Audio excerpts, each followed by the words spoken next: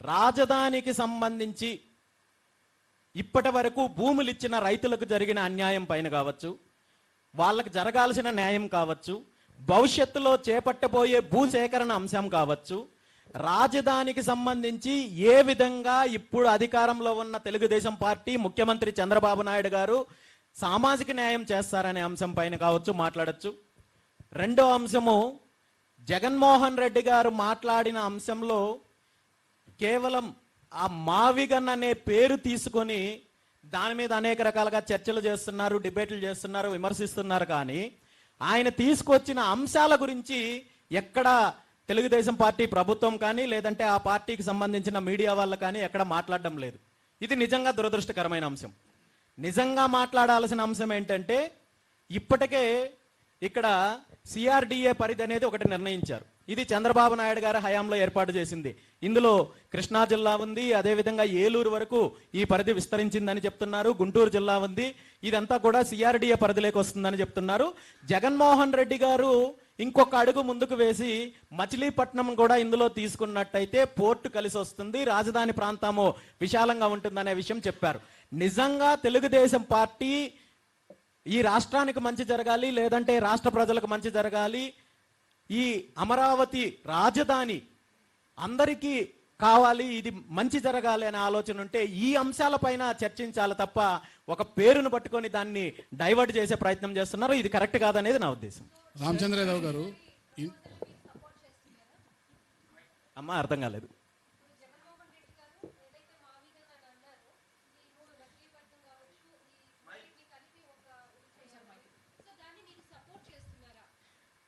మావిగన్ అనే పేరు పెట్టడాన్ని సపోర్ట్ చేయడం లేదు. కానీ ఈ అంశానికి సంబంధించి చర్చ జరిగితే బాగుంటుంది అనేది మాత్రం నా అభిప్రాయం. ఎందుకంటే మచిలీపట్నం పోర్టు ఒక రాజధానికి పోర్టు అనుబంధంగా ఉంటే అనేక రకాలుగా ఉపయోగకరంగా ఉంటుంది. అదేవిధంగా పరిధిని విస్తరించడం ద్వారా ఇక్కడ అమరావతిలో నిర్మాణానికి ఏదైతే ఖర్చు ఎక్కువ అవుతోంది, 10 రెట్లు ఎక్కువ అవుతోంది అని అంటున్నారో దాన్ని బయట ప్రాంతానికి విస్తరించడం ద్వారా అది మంచి జరుగుతుంది అనే దానిపైన చర్చ జరగాలని కోరుకుంటున్నాను. రామచంద్రరావు గారు,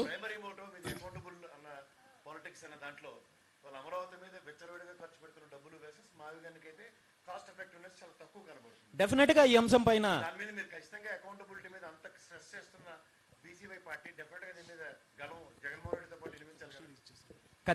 ఖచ్చితంగా భవిష్యత్తులో అమరావతికి సంబంధించిన ఏదైతే కీలకమైన అంశాలు ఉన్నాయో వీటన్నింటిపైన కూడా బీసీవై పార్టీ స్పష్టమైన విధానాన్ని ప్రకటిస్తుంది. అదేవిధంగా అమరావతిలో రైతుల తరపున పోరాటం చేయడానికి కూడా సిద్ధంగా ఉంది. అమరావతిలో జరుగుతున్న అవకతవకలు, అమరావతిలో జరుగుతున్న భూ కేటాయింపుల అంశం పైన, అదేవిధంగా అమరావతి పేరు చెప్పి జరుగుతున్న అవినీతి పైన కూడా ఖచ్చితంగా బీసీవై పార్టీ పోరాటం చేస్తుంది. ఎందుకంటే అన్నా అమరావతిలో ల్యాండ్ అంబిగ్యూటీ రైతులకు రావాల్సింది ఇంకా కాకుండానే మీరు ఇంకో 1000 ఎకరాలు బీసీలకు అడుగుతున్నారంటే ఇంకో ప్రాబ్లం యాడ్ చేస్తున్నట్టు. ఇది ప్రాబ్లం కాదన్నా, ఖచ్చితంగా ప్రభుత్వం యొక్క బాధ్యత. ఎందుకంటే స్పెసిఫిక్ గా ల్యాండ్ రైతులకు ఇవ్వాల్సింది ఇచ్చేసిన తర్వాత మిగిలిన ల్యాండ్ లో మీరు బీసీకి అడిగితే ఎవరికి అంబిగ్యూటీ ఉండదు. రైతులకు ఇవ్వాల్సింది ఇవ్వడంతో పాటు రైతులకు న్యాయం జరిగిన తర్వాత ప్రభుత్వానికి సంబంధించిన భవనాలు, ఇన్ఫ్రాస్ట్రక్చర్ నిర్మాణం తర్వాత ప్రైవేట్ కేటాయింపులు ఏవైతే ఉన్నాయో ఈ ప్రైవేట్ కేటాయింపుల్లో బీసీలకు, బీసీ ఇండస్ట్రియలిస్టులకు, బీసీ ఇన్వెస్టర్స్కు న్యాయం జరగాలనేది మా డిమాండ్.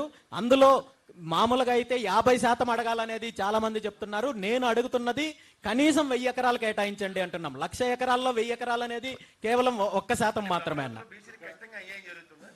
100% ఈరోజు బీసీ ఇన్వెస్టర్స్ కు, బీసీ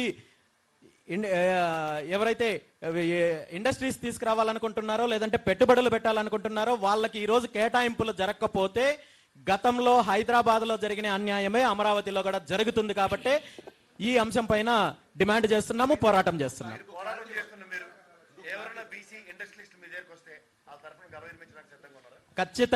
ఖచ్చితంగా ప్రభుత్వము ముఖ్యమంత్రి చంద్రబాబు నాయుడు గారు ఈ విషయంలో స్పష్టమైన ప్రకటన ఇవ్వాల్సిన అవసరం ఉంది. రాజధాని అంటే వాళ్ళ కుటుంబానికి సంబంధించిందో లేదంటే వాళ్ళ కోటరీకి సంబంధించిన అంశం కాదు. మీరు ఈ మధ్య గమనించినట్టయితే సాక్షాత్తు ఢిల్లీలో పార్లమెంట్ భవన్లో వాళ్ళకు సంబంధించిన సామాజిక వర్గానికి సంబంధించిన ఒక ఎంపీ మాట్లాడుతూ ఇది అమరావతి కాదు కమరావతి అనే అంశము వీళ్ళే మాట్లాడుతున్నారు. అది కాదు అని నిరూపించాల్సిన బాధ్యత ముఖ్యమంత్రి చంద్రబాబు నాయుడు గారికి ఉంది. రామచంద్రరావు గారు ఈ కార్యక్రమం ప్రారంభం నుంచి కూడా బీసీ ఉత్తరణ కోసమే ఈ కార్యక్రమం పెట్టినట్లుగా కనిపిస్తోంది. బీసీల చుట్టూ తిప్పుతున్నారు కార్యక్రమాన్ని మొత్తము. అంటే అన్ని కులాలు మతాల సమూహమే మన వ్యవస్థ, ఓకేనా? ఇప్పుడు బీసీలు అనేది ప్రతి ఒక్కరికి కూడా ఒక ఆయుధం అయిపోయింది. అంటే ఇప్పుడు అధికారంలో ఉన్న కూటమికి కావచ్చు, ప్రతిపక్షంలో ఉన్న వైఎస్ఆర్ కాంగ్రెస్ పార్టీ కావచ్చు, ఎన్నికల సమయంలో కావచ్చు, ఎప్పుడైనా కూడా బీసీల జపమే చేస్తారు. ఇప్పుడు మీరు అదే చేస్తున్నారన్నమాట. అంటే ఏ రాజకీయ పార్టీ అయినా అన్ని కులాలను మతాలను దృష్టిలో పెట్టుకొని కులము మతము అనే రాజకీయాలు చేయకుండా ఫ్రీగా రాజకీయాలు చేయలేరా? కులము మతం అనేది ఈరోజు నేను సృష్టించిందో లేదంటే బీసీవై పార్టీ సృష్టించిందో కాదన్నా, కులాల ఆధారంగా రాజకీయాలు నడుస్తున్నప్పుడు, కులాల ఆధారంగా ఈరోజు పథకాలు వస్తున్నప్పుడు, కులాల ఆధారంగా వ్యవస్థలు నడుస్తున్నప్పుడు నేను కులాలకు అతీతంగా రాజకీయాలు చేస్తాను అని చెప్పడం అంటే నిజంగా అది నేను ఒక తప్పుడు ప్రకటన ఇచ్చినట్టు ఉంటుంది తప్ప మరొకటి కాదు. ఈరోజు మీరన్నట్టు బీసీలను వీళ్ళందరూ కూడా వాడుకుంటున్నారు, బీసీలను ఉపయోగించుకుంటున్నారు, మీరు అదే విధంగా ఉపయోగించుకుంటున్నారా అంటే నేను బీసీలను ఉపయోగించుకోవడానికి చెప్పడం లేదు, బీసీలకు న్యాయం చేయమని అడుగుతున్నాను. ఈరోజు నిజంగా బీసీలకు 1000 ఎకరాలు భూములు కేటాయిస్తే ఆ పేరు ఆ స్థానము ముఖ్యమంత్రి చంద్రబాబు నాయుడుకి వస్తుంది, కానీ రామచంద్ర యాదవ్కో బీసీవై పార్టీకో రాదు. ఆ పేరు అతన్నే తీసుకోమంటున్నాను, వాళ్ళు ఇచ్చిన హామీలను నెరవేర్చమంటున్నాను, బీసీలకు న్యాయం చేయమని అడుగుతున్నాను తప్ప మరొకటి కాదు. సార్ ఒక్క నిమిషం అండి, ఒక్క నిమిషం. చిదంబర్ గారు ఒక్క నిమిషం.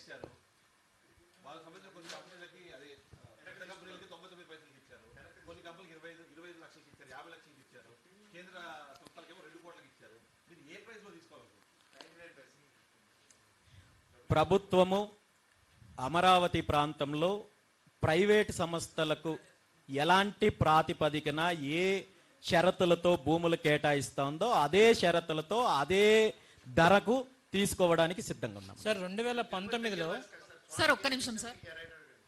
సార్ ప్రసాద్ గారు సార్ ఒక్క నిమిషం. ప్రైవేటు సంస్థలకు 99 పైసలకు భూములు కేటాయించే నారా చంద్రబాబు నాయుడు గారు అదే తిరుమల తిరుపతి దేవస్థానానికి సంబంధించిన వ్యవస్థ కావాలంటే మాత్రం 50 లక్షల రూపాయలు నిర్ణయించింది. అది ఆయనకి వెంకటేశ్వర స్వామి పైన ఉన్న భక్తికి నిదర్శనం అని అనుకుంటాం. ఎందుకంటే 90 పైసలకో రూపాయికో ఇస్తే తక్కువ చేసినట్టు ఉంటుంది కాబట్టి 50 లక్షలకు ఇస్తున్నామని చెప్పి ఉండొచ్చు అన్న, అంతే తప్ప ఇంకొకటి కాదు. రామచంద్ర గారు 2019లో మీరు జనసేన నుంచి పోటీ చేశారు, 16,000 ఓట్లు వచ్చాయి పొంగనూరు నుంచి. 2024లో మీరు మీ పార్టీ నుంచి పోటీ చేశారు, 4,000 ఓట్లు వచ్చాయి. అంటే 25% మాత్రమే వచ్చాయి మీకు 2019. ఎలా చూడాలంటే మీ పార్టీని ఎలా అంటే అఫ్ కోర్స్ మీరు ఇండిపెండెంట్గా పోటీ చేస్తుంటే ఇంకా ఎక్కువ వచ్చిండేటి, ఎందుకంటే మీరు దాదాపుగా పొంగనూరు కాన్స్టిట్యున్సీలో అన్ని ప్రతి ఇంటికి రీచ్ అయ్యి ఉన్నారు మీరు, కానీ కేవలం 4,000 వచ్చాయి. మీ తర్వాత ఆంధ్రప్రదేశ్లో ఉనికి లేని కాంగ్రెస్ పార్టీకి అభ్యర్థికి 3,500 వచ్చాయి, మురళీమోహన్ ఎవరోసం, మీకు 4,400 వచ్చాయి.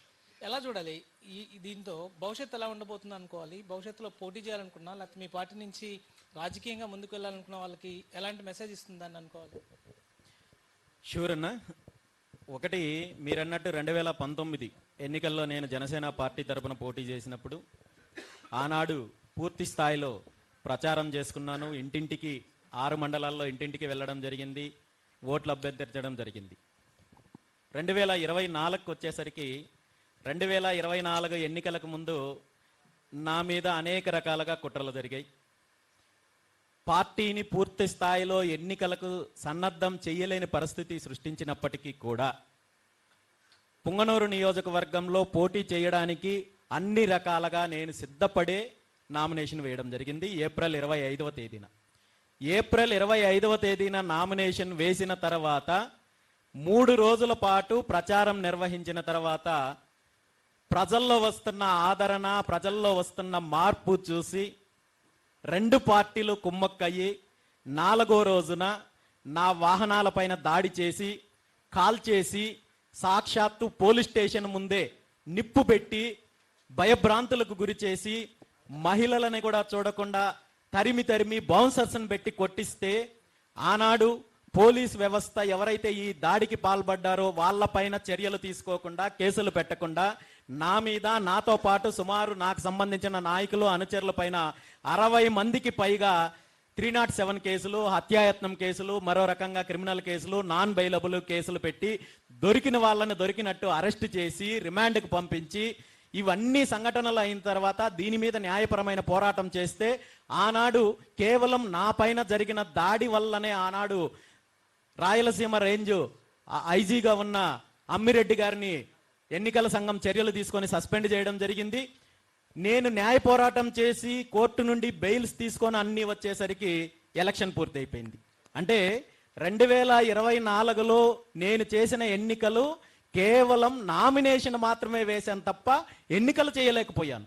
నామినేషన్ వేసినందుకు వచ్చిన ఓట్లకి ఎన్నికలు చేస్తే వచ్చే ఓట్లకి తేడా ఉంటుంది. సో 24లో నాకు వచ్చిన ఓట్ల గురించి ఆ వాస్తవ పరిస్థితుల గురించి కంపేర్ చేయాల్సిన అవసరం లేదన్న. సార్, మీరు ఇక్కడ ఏ ప్రశ్న అడిగినా సమాధానం చెప్పడానికి రెడీగా ఉన్నానని వచ్చి కూర్చున్నారు. మావిగన్ గురించి మొత్తం లేదంటే మచిలీపట్నాన్ని కలపడానికి గురించి ఇంకా మేము పార్టీ నిర్ణయం తీసుకోలేదని చెప్తున్నారు. ఆల్రెడీ మీరు నాయకుడిగానే ఈ పార్టీకి మీరన్నా నిర్ణయం తీసుకుని ఉండవలసింది, ఎందుకంటే ఇక్కడ సమాధానం చెప్తాను వచ్చారు కాబట్టి దాని మీద ఒక స్పష్టత ఇవ్వాల్సిన అవసరం ఉంది. రెండోది, ఎన్నికల గురించి మాట్లాడేది ఇప్పుడు మీరు చెప్పిన సమాధానం. ఎన్నికలంటేనే ఇవన్నీ ఉంటాయి. చాలామంది చాలా ఎన్నికల్లో కాళ్ళు చేతులు కోల్పోయిన వాళ్ళు ఇలాంటి వాళ్ళందరూ ఉన్నారు. మీరు కూడా బాధితుడు ఖచ్చితంగా, అందరికీ డౌట్ ఏం లేదు, ఇక్కడ ఉన్న అందరికీ తెలుసు. కానీ ఎన్నికలంటేనే ఇవన్నీ ఉంటాయి. రేపొద్దున మీ అభ్యర్థులకి మీరు ఏమని చెప్పబోతున్నారు? నాలాగా మీరు ఎలక్షన్ చేయిస్తే మీకు కూడా తక్కువ రావచ్చు అని చెప్పబోతున్నారా? ఏం చెప్పబోతున్నారు? ఇంకొకటి, మీరు అవన్నీ కట్టుకున్నారు హిందుత్వ గురించి, హిందుత్వ బీజేపీకి సంబంధించిన విషయం కాదన్నారు, వెరీ గుడ్. హిందుత్వ గురించి, హిందుత్వ రాజకీయాల గురించి మీ అవగాహన ఏంటి? కుల వ్యవస్థ గురించి మీ అవగాహన ఏంటి? కులాలు ఉండాలా అక్కర్లేదా? ఎందుకంటే ఇప్పుడు మందమాది కృష్ణ గారు ఆయన కులాలను తీసేయమని ఇప్పుడు కొత్తగా ఒకటి మొదలుపెట్టాడు. ఎందుకంటే ఆయనే మాదిగా ఆయన పెట్టుకుని ఒకప్పుడు ఉండాలని చెప్పి ఇప్పుడేమో అసలు కుల వ్యవస్థ ఉండొద్దని చెప్తున్నాడు ఇప్పుడు ఆయన. సో వీటి మీద మీ అవగాహన ఏంటి? రెండు, ఇప్పుడు దళిత క్రైస్తవులు అనే మాట వస్తుంది. దళితులు ఎవరు? క్రైస్తవులు ఎవరు? దళిత క్రైస్తవులు ఎవరు? దీని మీద మీ అవగాహన ఏంటి? తర్వాత మీరు మాటికి బీసీ అంటున్నారు. మీకు బీసీలు ఓట్లతో సరిపోతుందా? మిగతా వాళ్ళు ఎవరు వేయొద్దా? హిందుత్వాన్ని మీరు విడగొట్టే ప్రయత్నం చేస్తున్నారా? ఇవన్నీ కూడా ఉన్నాయి. కాబట్టి వీటన్నిటి మీద మాటికి హిందుత్వాన్ని మాట్లాడుతూనే హిందుత్వలో కేవలం ఒక వర్గానికి మాత్రం రిప్రజెంట్ చేస్తాను అంటే మరి మిగతా హిందువులందరూ ఎవరికి ఓట్లు వేయాలి? మీకు ఓట్లు వేయద్దని మీరే చెప్తున్నారు. బీసీ అంటున్నారు. మరి మిగతా వాళ్ళందరూ మాలాంటి వాళ్ళని ఎవరికి వేయాలి ఓట్లు మీకు? కాబట్టి దీని మీద మొత్తానికి స్పష్టత రావాల్సిన అవసరం ఉంది. నాకు బీసీలు మాత్రమే ఓటు కావాలి, మిగతా వాళ్ళకి వద్దు అంటే అది ఒక విధానం. లేదు హిందుత్వ అంటే ఒక విధానం, లేదు హిందూ లేదు ముస్లిం లేదు క్రిస్టియన్ అంటే అదొక విధానం. మీ విధానం ఏమిటి? హిందుత్వం మీద మీ ఐడియాలజీ ఏంటి? కుల వ్యవస్థ ఉండాలా వద్దా? వీటన్నిటి మీద కూడా స్పష్టత ఇస్తే కనుక వినేవాళ్ళకి ఓటేసే వాళ్ళకి కూడా స్పష్టత వస్తుంది. తప్పకుండా అన్న, మీరు అన్నట్టు రాజధాని అంశం సంబంధించి మేము నిర్ణయం తీసుకోలేదని ఎక్కడా చెప్పలేదు. నేను చాలా స్పష్టంగా చెప్పాను, రాజధాని పరిధి పెంచాల్సిన అవసరం ఉండదు, దానిపైన చర్చ జరగాల్సిన అవసరం ఉంది తప్ప రాజధాని పేరు మార్చే అంశము నేను సమర్థించడం లేదు. రాజధాని అమరావతి అనే పేరుతోటే రాజధాని నిర్మాణం ఇప్పటి వరకు జరిగింది, భవిష్యత్తులో కూడా ఇలాగే జరగాలి. కానీ ఇది కేవలం ఒక ప్రాంతానికో కొన్ని మండలాలకో పరిమితం అవ్వడం వల్ల భవిష్యత్తులో అనేక సమస్యలు వస్తాయి. కాబట్టి దీన్ని విస్తృతంగా పరిధిని పెంచాల్సిన అవసరం ఉండదనే దానికి 100% నేను మద్దతు ఇస్తున్నాను. మచిలీపట్నం దాకా అనుకున్నారు. ఇప్పుడు నేనేమంటానంటే ఏంటి ఆ 3 జిల్లాలు ఏమి? పక్కన ప్రకాశం జిల్లా, నెల్లూరు జిల్లా ఎందుకు వద్దు? నేనంట ఇప్పుడు దీనికి పరిధికి ఏంటి, ఎంత పరిధి ఏంటి, దానికి ఒక స్పష్టత అనేది ఉండాలి. ఇప్పుడు విశాఖపట్నం అన్నారు, వెరీ గుడ్ శభాష్ అన్నాం. కర్నూలు అన్నారు, వెరీ గుడ్ శభాష్ అన్నాం. ఇప్పుడు ఇంకో 3 చెప్తున్నారు. ఎన్నిటికి మేము శభాష్ అనాలి?